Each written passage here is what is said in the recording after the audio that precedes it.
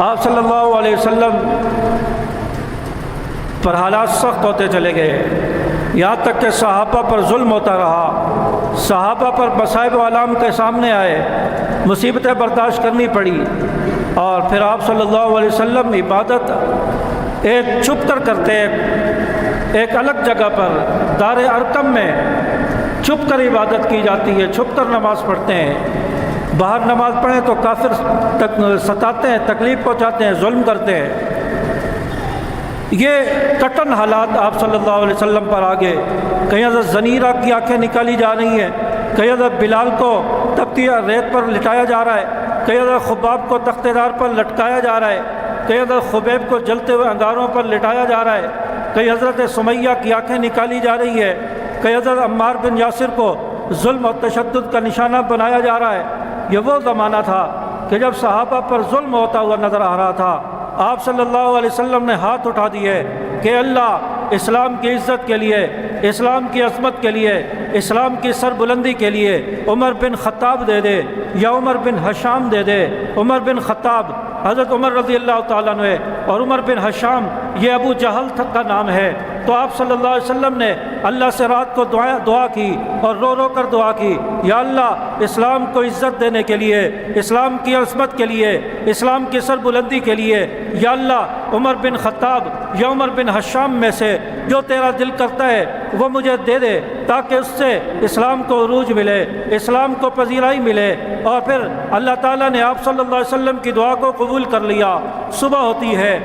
آپ صلی اللہ علیہ وسلم نے دیکھا، صحابہ نے دیکھا، حضرت حمزہ رضی اللہ تعالیٰ عنہ انہوں نے دیکھا، اور دیگر صحابہ نے دیکھا کہ سامنے سے عمر آتا ہوا نظر آ رہا ہے، ہاتھ میں تلوار بھی ہے اور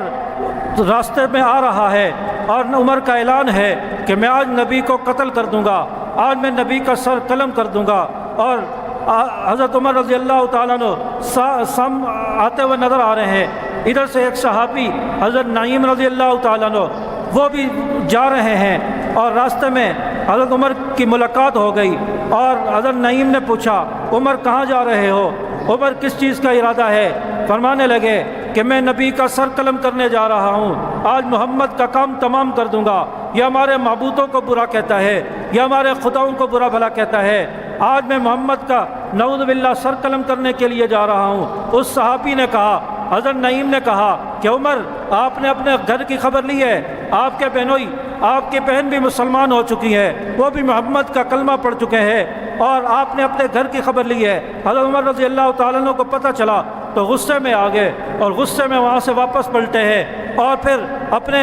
گھر گئے ہیں، اپنے بہنوئی کے گھر گئے ہیں، اور جا کر دروازے پر دیکھا، دروازے پر جا کر سنا کہ وہاں سے قرآن پاک پڑھنے کی آواز آ رہی ہے، اور دروازہ پر دستک دی ہے، دروازہ کھٹکایا، بہن نے سمجھا کہ عمر آ گیا ہے، عمر آیا ہے، انہوں نے قرآن پاک کا نسخہ چھپا دیا اور پھر دروازہ کھول دیا۔ عمر نے گھر میں داخل ہوتے ہی پوچھا کہ بہن کیا پڑھ رہی تھی،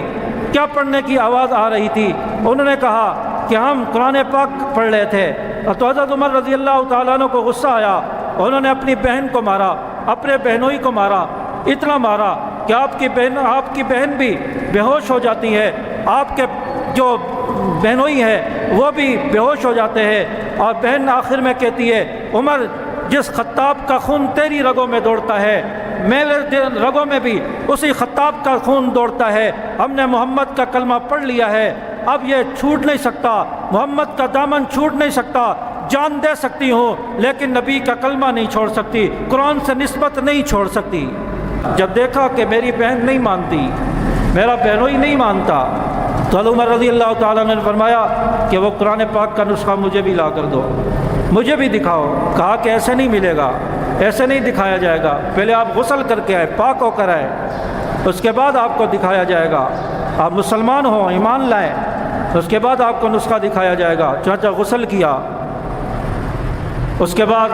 صاف کپڑے پہنے، اس کے بعد قرآن پاک کا نسخہ دکھایا اور کہا کہ پڑھ کر مجھے سناؤ۔ سو طٰہٰ کی تلاوت کر کے سنائی گئی،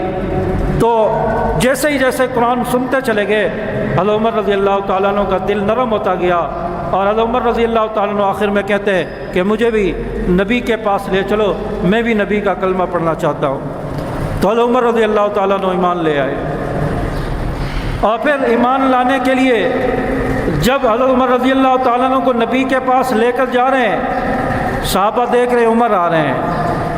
آپ صلی اللہ علیہ وسلم نے فرمایا پریشان ہونے کی ضرورت نہیں ہے، اچھی خبر ہوگی، چونکہ آپ صلی اللہ علیہ وسلم دعا مانگ چکے تھے اور اللہ نے دعا قبول کر لی تھی، تو آپ صلی اللہ علیہ وسلم نے فرمایا اچھی خبر ہوگی۔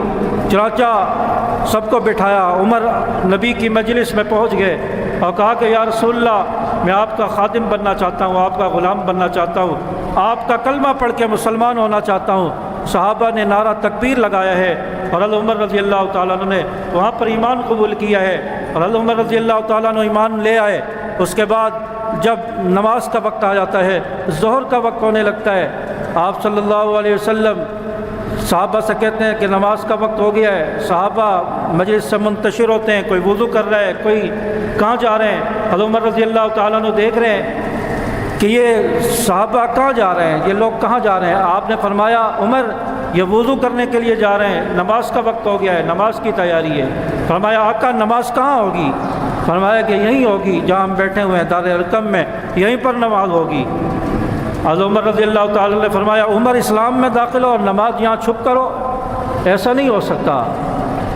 چنانچہ حضرت عمر رضی اللہ تعالیٰ نے فرمایا نبی آج نماز بیت اللہ میں ہوگی۔ آپ صلی اللہ علیہ وسلم فرماتے ہیں وہاں آپ کی قوم نماز نہیں پڑھنے دے گی، مشرک نماز نہیں پڑھنے دیں گے۔ حضرت عمر رضی اللہ تعالیٰ نے فرمایا کہ میں آپ کے ساتھ چلوں گا،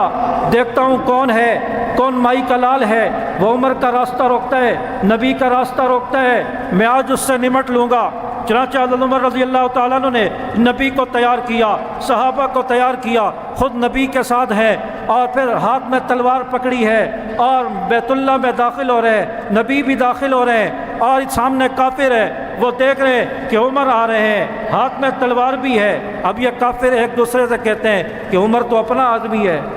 عمر تو اپنا آدمی ہے، وہ بھی آ رہا ہے تو کچھ نہیں ہوگا۔ تو ان کو کیا پتہ کہ عمر اسلام میں داخل ہو چکا ہے۔ اور پھر حضرت عمر رضی اللہ تعالیٰ عنہ نے تلوار لہرا کر ہوا میں تلوار لہرائی اور کہا کہ اے عرب کے مشرکو، اے مکہ کے مشرکو، جو اپنی بیوی بیوہ کرانا چاہتے ہیں وہ آج عمر کا مقابلہ کرے، جس کو زندگی عزیز نہیں ہے وہ آج عمر کا مقابلہ کرے۔ عمر اس کے ساتھ مقابلہ کرے گا اور پھر بتا دے گا کہ کون جو ہے مکہ میں رہے گا اور کس کا جو ہے دین غالب آئے گا اور کون محمد کو مکہ میں داخل ہونے سے، بیت اللہ میں داخل ہونے سے روکتا ہے۔ آج عمر اس کا حساب لے گا۔ چنانچہ عمر رضی اللہ تعالیٰ نے ان کو للکار کر یہ اعلان کیا۔ چنانچہ کافروں میں ہمت نہیں ہوئی، ان کے پیر لڑکھڑانے لگے، ان کے قدم ڈگمگانے لگے اور وہ عمر رضی اللہ تعالیٰ عنہ کی للکار کے سامنے کھڑے نہیں ہو سکے۔ اور عمر رضی اللہ تعالیٰ نے کہا کہ فوراً بیت اللہ کو خالی کر دو، آج محمد یہاں نماز پڑھے گا، آج صحابہ یہاں نماز پڑھیں گے۔ چنانچہ وہ وقت تھا، تاریخ بتاتی ہے اور اسلام کی تاریخ میں یہ